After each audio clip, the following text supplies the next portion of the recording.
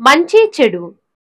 పట్నంలో ఆదిత్య అనే వ్యక్తి ఒక మంచి కంపెనీలో ఉద్యోగం చేస్తున్నాడు. ఉద్యోగానికి తగ్గట్టు సంపాదన కూడా బాగుంది. ఆదిత్య తనకొచ్చే సంపాదనలో ఎంతో కొంత ఇతరుల కోసం ఉపయోగించడం తనకు అలవాటు. అలా సాఫీగా జీవితం సాగుతుండగా ఒక రోజు ఆదిత్య తన బాస్ వద్దకు వెళ్లి మాట్లాడతాడు. మేడం, నాకు ఒక 10 days లీవ్ కావాలి. ఇంత సడన్ గా ఏంటి ఆదిత్య? పెళ్లి సంబంధం ఏమైనా కుదిరిందా? అయ్యో, అలాంటిదేం లేదు మేడం, మా సొంతూరు వెళ్తున్నా అంతే.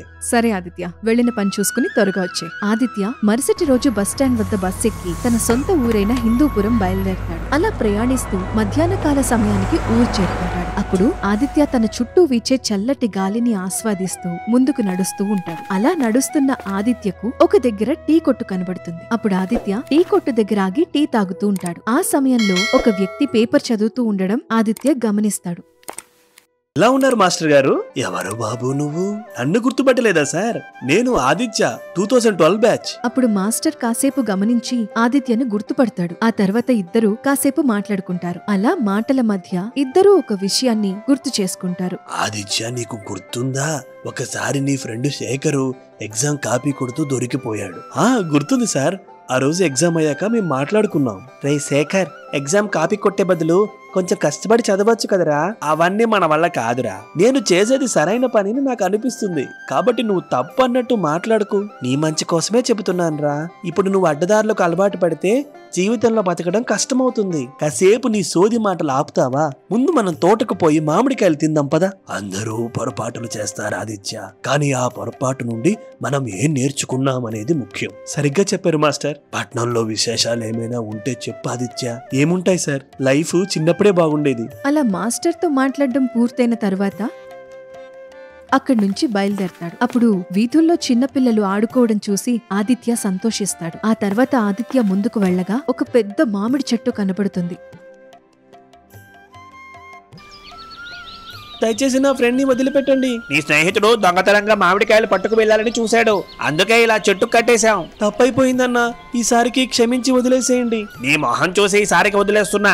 మళ్ళీ ఎప్పుడైనా దొంగతనం చేస్తూ దొరికితే మాత్రం కాళ్ళు విరిచేస్తా అని చెప్పి శేఖర్ ని విడిచిపెడతాడు. ఆ తర్వాత ఆదిత్య తన స్నేహితుడిని తీసుకుని అక్కడి నుంచి బయలుదేరతాడు. శేఖర్, నీ ఆలోచన విధానాలు మార్చుకోవాలిరా.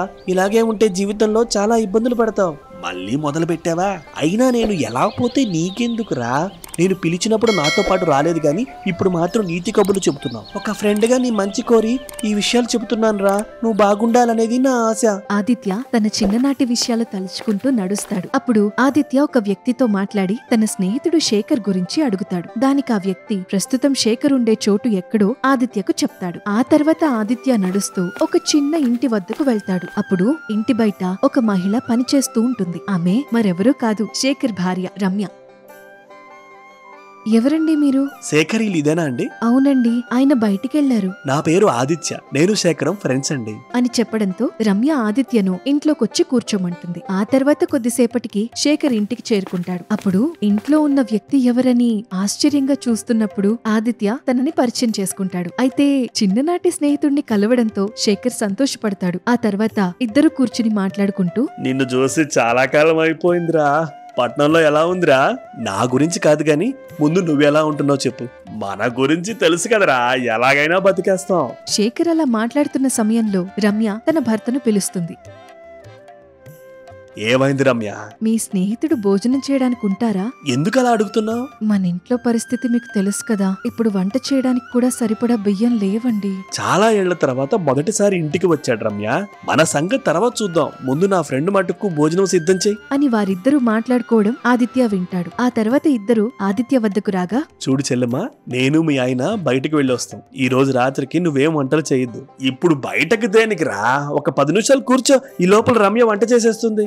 రోజు ఇంట్లో తింటాం కదరా, పద బయటికి పోదాం అని చెప్పి శేఖర్ ని తనతో పాటు బయటికి తీసుకుని వెళ్తాడు. అలా వాళ్ళిద్దరూ ఒక బిర్యానీ పాయింట్ దగ్గరకు వెళ్లి ఆ తర్వాత ఆదిత్య ముగ్గురి కోసం బిర్యానీ పార్సల్ తీసుకుంటాడు. అదే విధంగా ఇంట్లో కావలసిన కొన్ని సరుకులు కూడా తీసుకుంటాడు. అయితే అదంతా చూస్తున్న శేఖర్ ఏమనలేక మౌనంగా ఉంటాడు. ఆ తర్వాత ఇద్దరు ఇంటికి చేరుకోగా ముగ్గురు కలిసి భోజనం చేస్తారు. ఆ సమయంలో శేఖర్ మరియు అతని భార్య ఎంతో తృప్తిగా తింటారు. అదంతా చూసిన ఆదిత్య సంతోషిస్తాడు.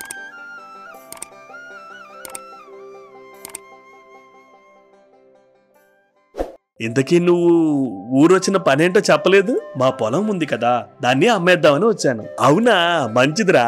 కావాలంటే ఇద్దరం కలిసి ఎవరైనా మంచి ధరకు కొనే వ్యక్తిని వెతుకుదాం అని చెప్పి మాట్లాడతాడు. ఆ సమయంలో ఆదిత్య చిన్ననాటి విషయం ఒకటి గుర్తు చేసుకుంటాడు.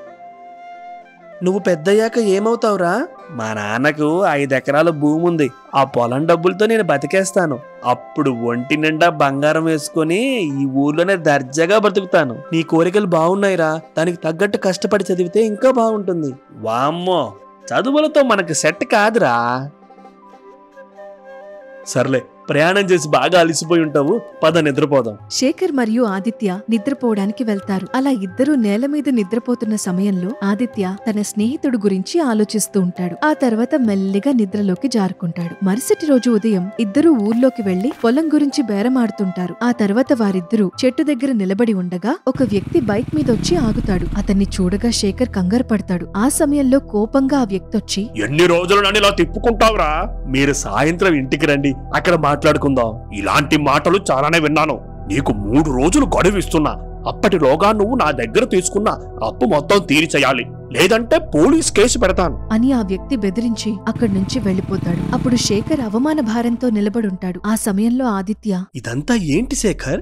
జీవితంలో సరైన మార్గంలో నడవకపోతే జీవితం ఎలా ఉంటుందో నన్ను ఉదాహరణకు చూపించచ్చు ఆదిత్య. నువ్వు చిన్నప్పుడు చెప్పిన మాటలన్నీ నిజమే. నేను ఆ రోజు నీ మాటలు పట్టించుకోలేదు, అందుకే ఇప్పుడు ఈ కష్టాలు అనుభవిస్తున్నాను అని శేఖర్ తన జీవితంలో ఎదురైన సమస్యల గురించి చెప్పి బాధపడతాడు. అవన్నీ విన్న తర్వాత ఆదిత్య మాట్లాడుతూ, నేను ఈ రోజే పట్నం బయలుదేరిపోతున్నా శేఖర్. అదేంట్రా, పొలం అమ్మకుండానే వెళ్ళిపోతావా? నేను పొలం అమ్మాలి అనుకోవడం లేదురా.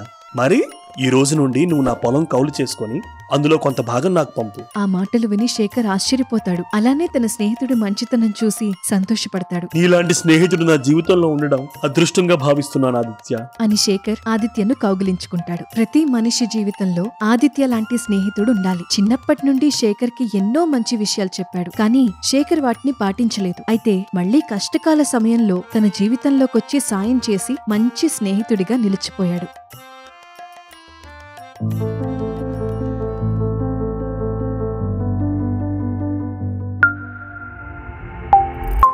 For more videos, please subscribe our channel.